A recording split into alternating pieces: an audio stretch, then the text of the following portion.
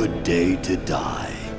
To really get an accurate look at Silicon Knights 2 Human, there's a laundry list of things you have to be prepared to ignore. Things like the game's 9-year development time, or I guess it's actually a 4-year development time with 9 years since there was a game named 2 Human in development at Silicon Knights. Over the past decade, it's been hard to kind of keep your expectations in check for what this game is going to be and how good it's going to be compared to other games that are out there. And if you start to compare it to, it's like, well, a game that took 9 years in development, obviously it's got to be the greatest game ever made, then it's pretty much impossible for the game to meet those expectations. So if you wipe all that away and just look at what 2 Human is, you'll find an interesting action RPG that has some neat ideas to it that don't really come together as well as you might want. Every day I am reminded of what we are fighting to restore.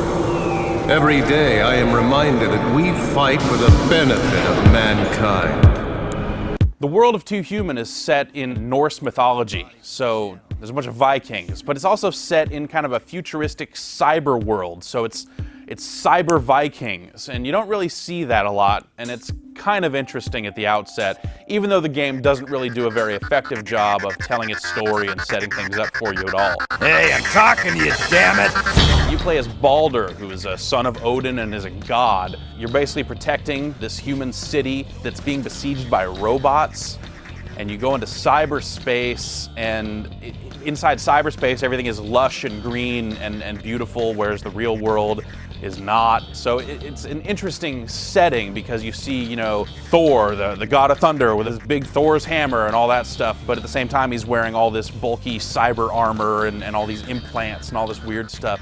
So there's some interesting stuff that mixes together pretty well at sometimes, but the game's story isn't really good enough to really exploit any of this stuff properly. So maybe we should just focus on the action of the gameplay itself. In 2 Human, you start out by selecting a character class, and these classes differ in fairly minor ways. You have the champion, that's basically your middle-of-the-road guy that can do just about anything.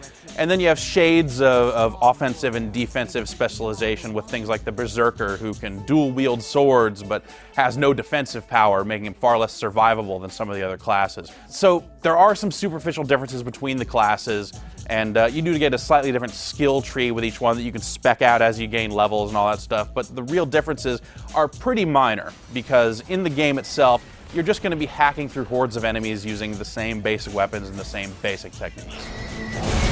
The action in 2 Human is all about hordes of enemies running at you and you dealing with them. Your character will slide around from one character to the next as you dish out these attacks. You use the right analog stick to attack, so you'll push in the direction of one guy, he'll slide over with no animation, which looks a little weird.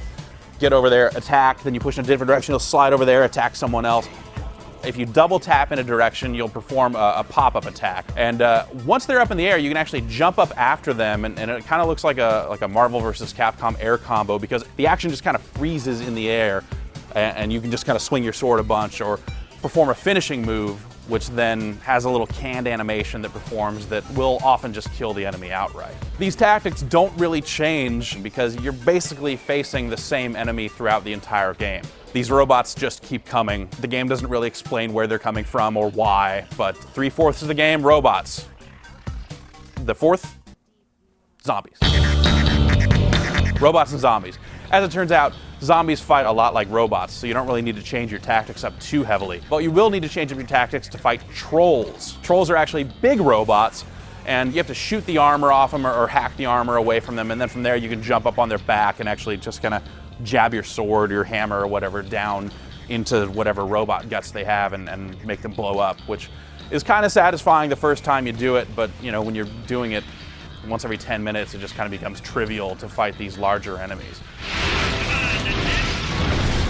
The game has 4 separate areas that you go through, and each one has a different look, and the enemies in each area deal slightly different type of damage. So if you spec out your armor a certain way, you can become more resistant to one type of damage over another, making you more effective in one area, but you don't really need to specialize that much because it's not really that difficult of a game to begin with. The 4 different areas reminded me a lot of Phantasy Star Online, and there are some parallels that you can draw between the 2 games. Both games are really designed for you to go back through these areas again and again and again, and really kind of grind out levels as you try to, hit max level. The main reason you want to grind out these levels and play the game over and over again is because you're constantly looking for new loot. So it can kind of be exciting because you're always finding stuff. Armor is broken up into different parts of the body, so you find helmets and shoulders and torsos and legs and boots. And there are also a few other things that you can do to customize those items even further. So there's a lot of different ways to customize your character, and it's nice because the different armor actually looks different on your guy, so no two Balders will look exactly alike most of the time. But since the gameplay doesn't really change and the gameplay isn't especially difficult, it's all kind of for naught.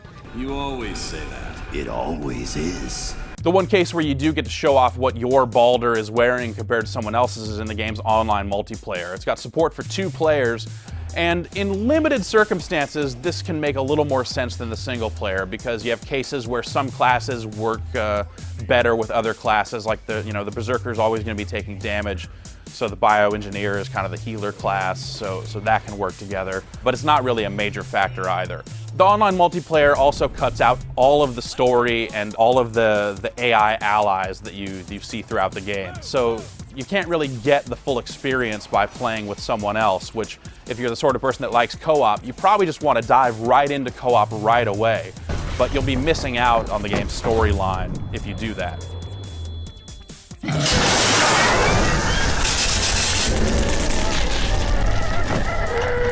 This just makes the game feel dated. It's 2008, and more often than not, games that offer co-op play throughout the campaign manage to cram at least some form of the story in there. The visuals can also make the game seem a little dated in some spots. Generally speaking, the game looks pretty good. The environments look nice. When you see the character models up close, they look pretty good. But then there are other little things here and there that really stick out. Like, if you're using a two-handed sword and it's on your back because you have your guns out or you're not actively fighting, it doesn't actually attach to the character. You can actually see a little air between the sword and the body. Stuff like that's been solved by now. It's weird to see it in a modern game. Then there's also things like whenever you die, a cyberspace futuristic robot Valkyrie comes down and carries you up to Valhalla, which basically just means you respawn right there where you left off without really much of a real penalty. And every time she comes down, her legs seem to clip through the ground.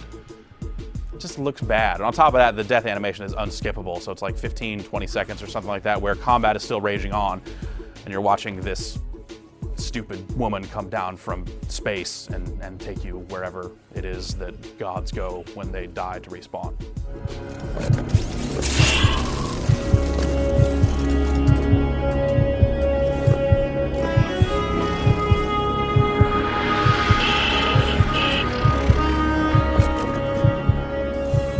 It's really easy to be down about a lot of different aspects of 2 Human. Like I said, it's definitely really clunky in spots, and some of the stuff just feels like it was designed for a past era of consoles, not the current generation.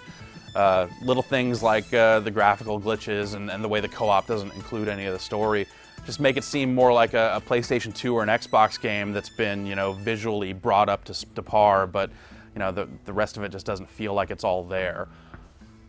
But on top of that, I did have fun with 2 Human in a lot of different cases. I think it's just that loot lust, that constant well, if I go hit this guy, he's gonna drop something. If I go into cyberspace and hit A on this puzzle, it's gonna give me new blueprints and I'm gonna go craft additional items or something like that.